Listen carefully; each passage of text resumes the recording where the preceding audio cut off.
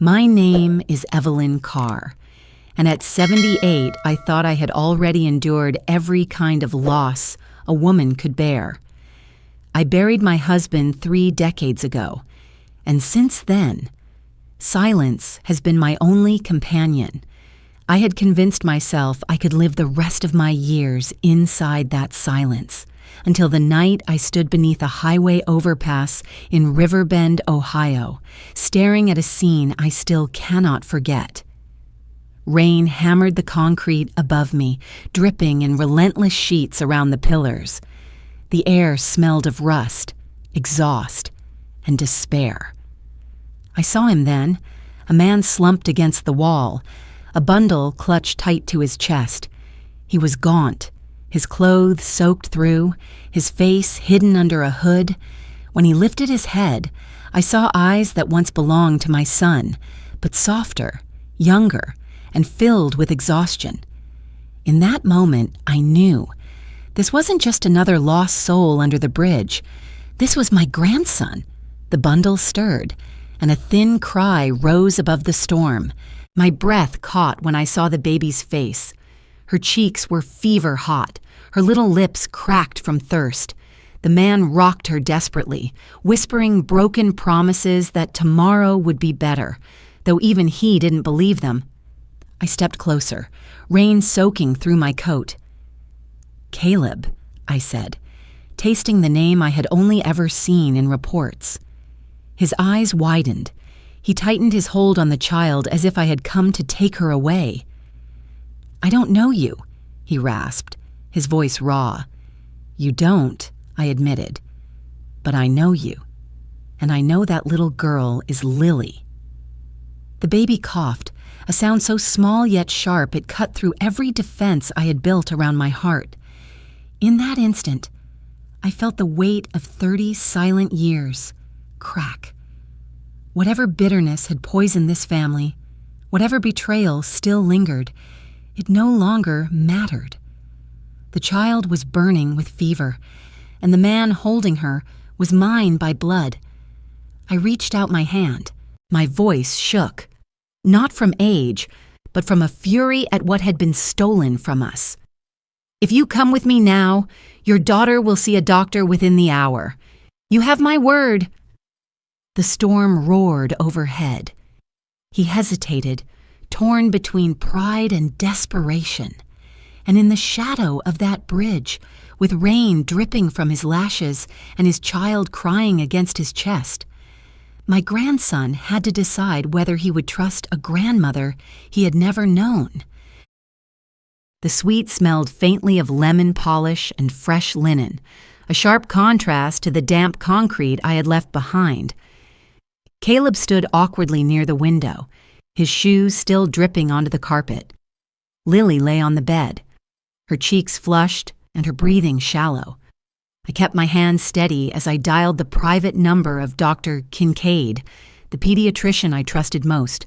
Within 30 minutes he arrived, trench coat folded over his arm, medical bag in hand. His presence carried the kind of calm that could silence any room. He pressed the stethoscope gently against Lily's chest, listened, and frowned.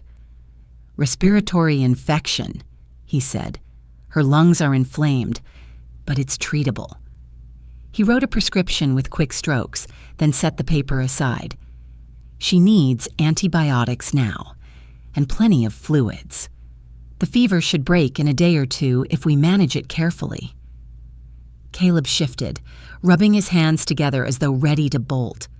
"I can't pay for this," he muttered. His voice was defensive, almost combative. I steadied my tone. "You don't have to. She's family. That's enough." He glanced at me, suspicion flickering in his eyes. He didn't trust the sudden generosity, not after being abandoned by everyone else who should have cared for him. Still. When Dr. Kincaid handed him the small bottle of medicine and explained the dosage, Caleb nodded. His hands trembled as he cradled his daughter, tilting the dropper carefully between her lips. Room service arrived with a tray of oatmeal and chicken broth. The smell filled the suite with warmth. Caleb's stomach growled audibly, though he refused to sit. I pulled a chair toward him. "Eat while it's hot. I'll hold her." He hesitated, then surrendered Lily into my arms. Her tiny body was warm against my chest, the fever pulsing through her skin. For the first time in years, I felt the weight of a child against me. Fragile, yet powerful enough to strip away all the armor I had built. Caleb took a spoonful of broth, his eyes never leaving his daughter. There was defiance in his posture, but gratitude lingered just beneath it, like an ember waiting for breath. As the rain pattered against the window and the fevered child whimpered softly, I knew this night was only the beginning. By morning, I would have to convince them both to leave Ohio behind and follow me to Florida. The next morning, the sky over Ohio was the color of wet concrete, heavy clouds pressing low as if determined to keep us grounded. Yet by 9 o'clock, the engines of my jet were already humming on the private runway. Caleb clutched Lily close as we climbed the steps, his movement stiff with suspicion. He had never flown like this before, and I could see the weight of his pride pressing against the comfort being offered. Inside, the cabin was warm, polished wood gleaming under soft lights. A steward brought blankets, which Caleb refused at first until Lily whimpered. Only then did he wrap her gently and sink into the leather seat, his jaw tight. I settled across from him, the rhythm of the engines filling the silence between us. I wanted to ease him into the truth, but there are wounds that fester when left unspoken. "Caleb," I said quietly, "your father once worked for my husband. He was trusted with more than he deserved. He betrayed that trust." His eyes narrowed, sharp and defensive. "You don't know him. I know enough," I replied. "I know his choices shattered this family.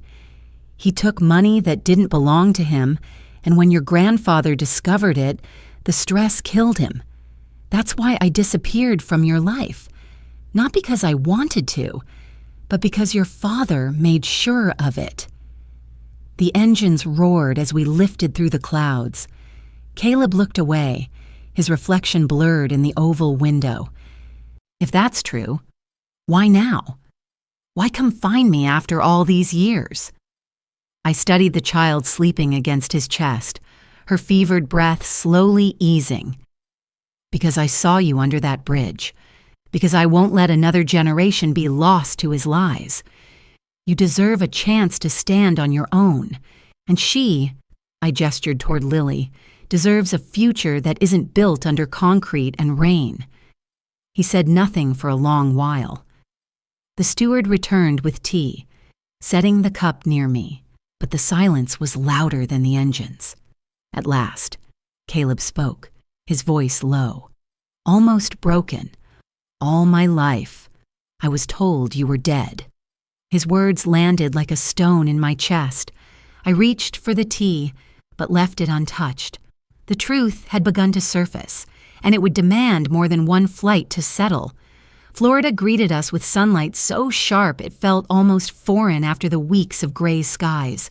The ocean wind carried salt and warmth, sweeping through the open windows of the car that took us from the airport to my estate.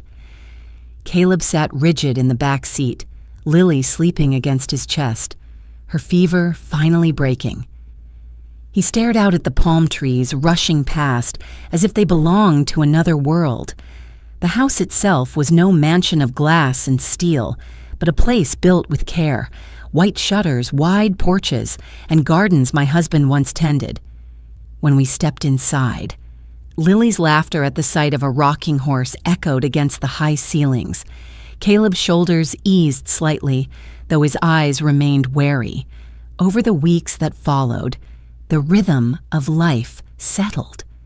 Mornings began with oatmeal and fruit at the kitchen table. Afternoons with Lily toddling across the grass while Caleb learned to steady her steps. I watched from the porch, remembering when my own son had taken those same uncertain strides.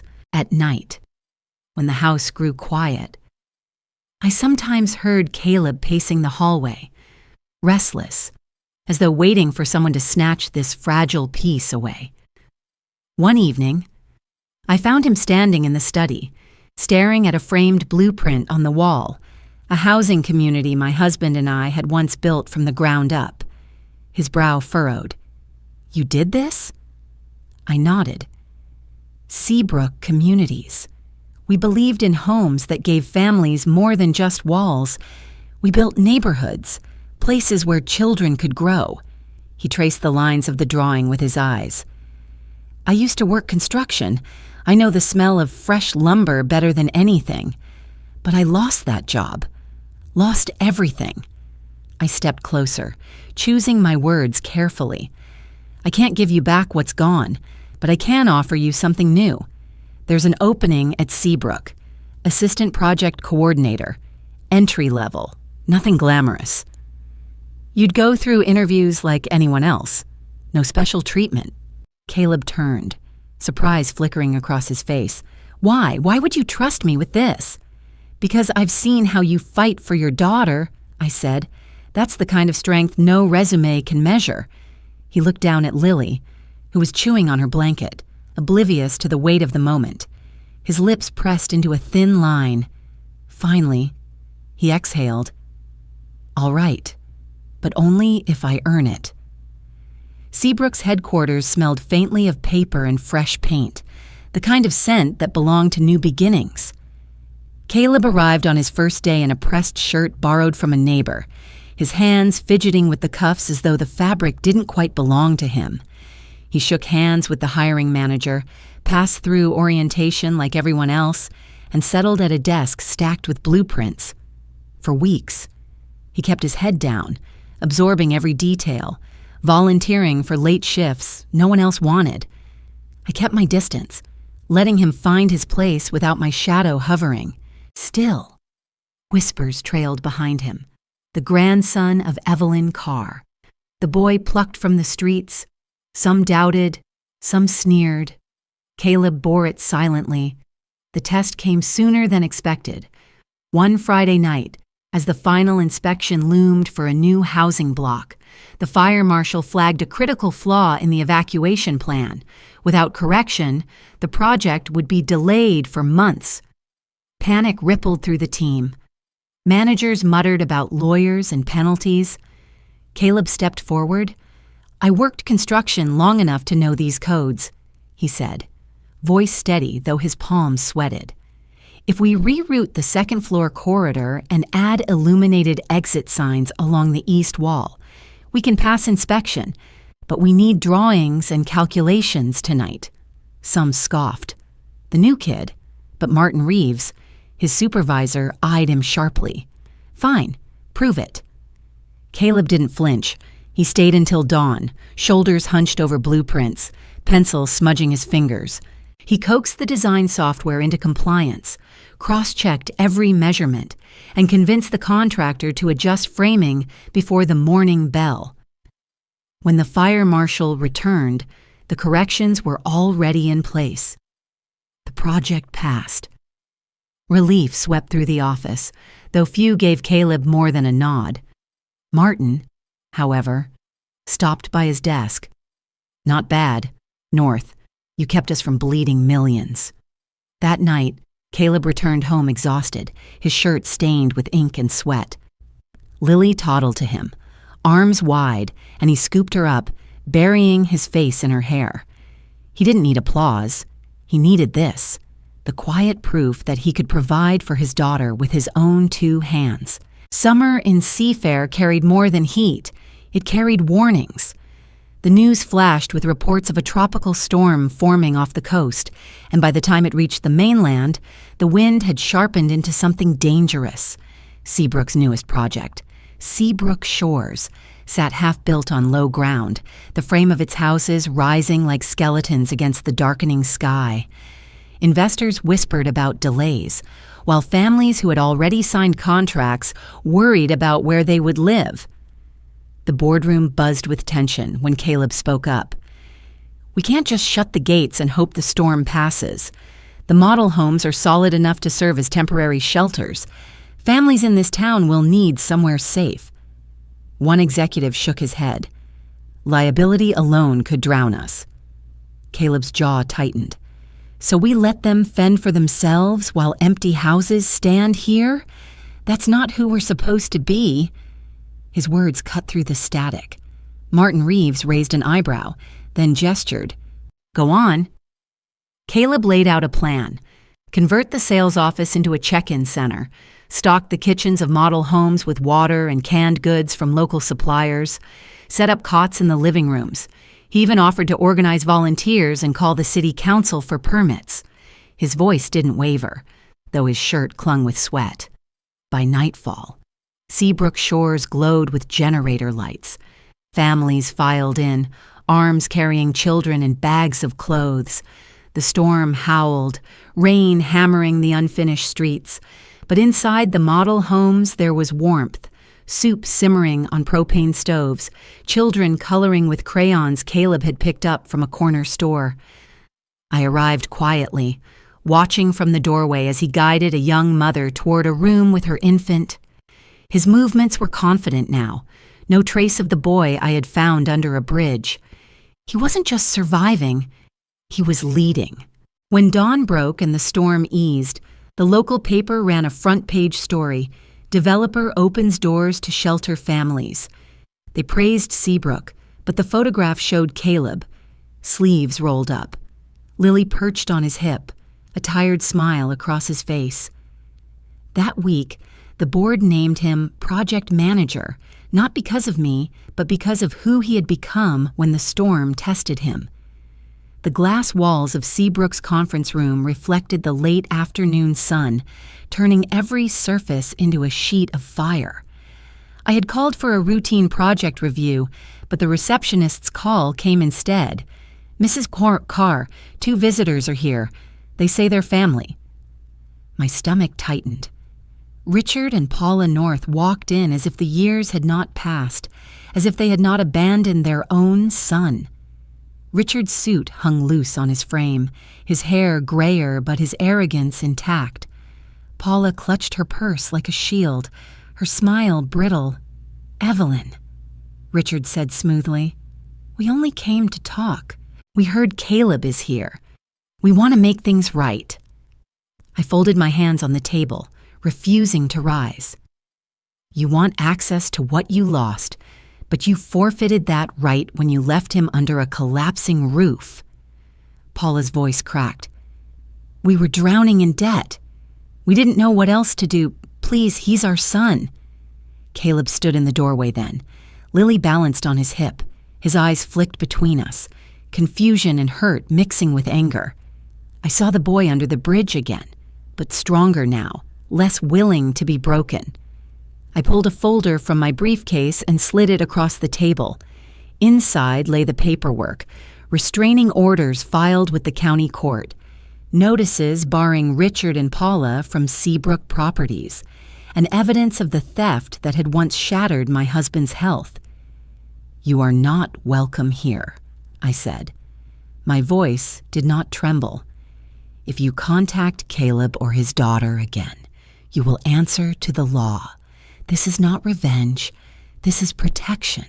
Richard's mask slipped, fury flashing across his features. He shoved the folder back, but the security team was already at the door. Paula wept silently, clinging to his arm as they were escorted out. Caleb's knuckles whitened around Lily's blanket. He didn't speak until the door shut behind them. Then, his voice rough, he whispered a single word I had never heard from him before. "Grandma." The sound of it cut through the ache of 30 years like sunlight breaking cloud. For the first time, the title felt earned. A week after the confrontation, the board of Seabrook gathered in the same glass-walled room. Though the air felt lighter now, no shadows lurking at the door. Caleb stood at the far end of the table, a stack of notes in his hand, shoulders squared as he presented his proposal for the Affordable Housing Initiative. His voice carried steady across the room. Not the tremble of a newcomer, but the confidence of a man who had lived the need he was describing.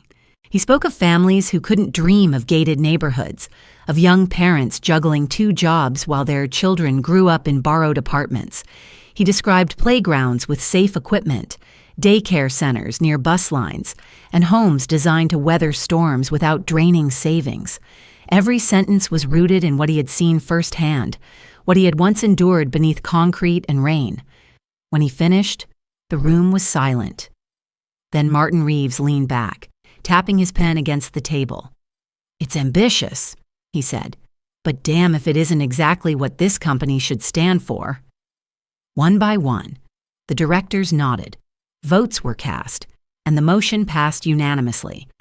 Caleb's initiative would be funded, with him appointed as Director of Community Programs, not a title handed down by blood, but earned through grit and vision. I watched him shake hands with each board member, his smile faint but real. He didn't look at me until the very end. When he did, I saw not the boy from under the bridge, but a man standing firmly on his own ground. Later, outside the boardroom, I asked quietly, "Do you realize what you've done?" He exhaled, almost laughing. "I gave people what I wished someone had given me." In that moment, pride welled inside me, not the hollow pride of wealth or legacy, but the kind born of survival, of breaking cycles. Caleb had built something no one could take from him, and I knew the future of Seabrook was in hands far stronger than mine had ever been.